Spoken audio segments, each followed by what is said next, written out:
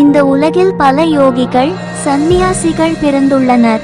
ஆனால் சிறுவயதிலிருந்தே துறவரம் ஏற்று புதிய பாதையை காட்டியவர் நீலகண்ட்வர்ணி.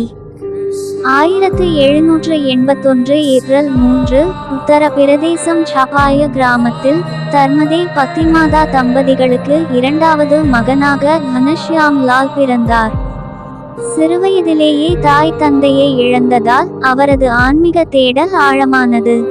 11 வயதில் துறவரம் ஏற்று 7 ஆண்டுகள் ஹிமாலயம், புனித நதிகள், காடுகள் அனைத்திலும் தவம் செய்தார்.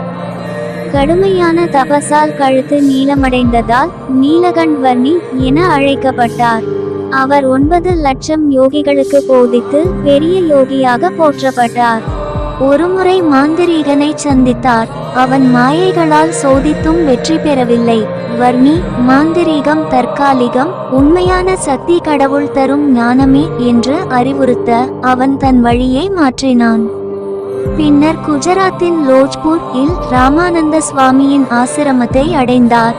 அங்கு ஜீவன், ஈஸ்வரன், மாயை, பிரம்மம், பரபிரம்மம் குறித்து 5 கேள்விகள் கேட்டார். முக்தானந்த சுவாமி அந்த கேள்விகளுக்கு தெளிவாக பதிலளித்தார்.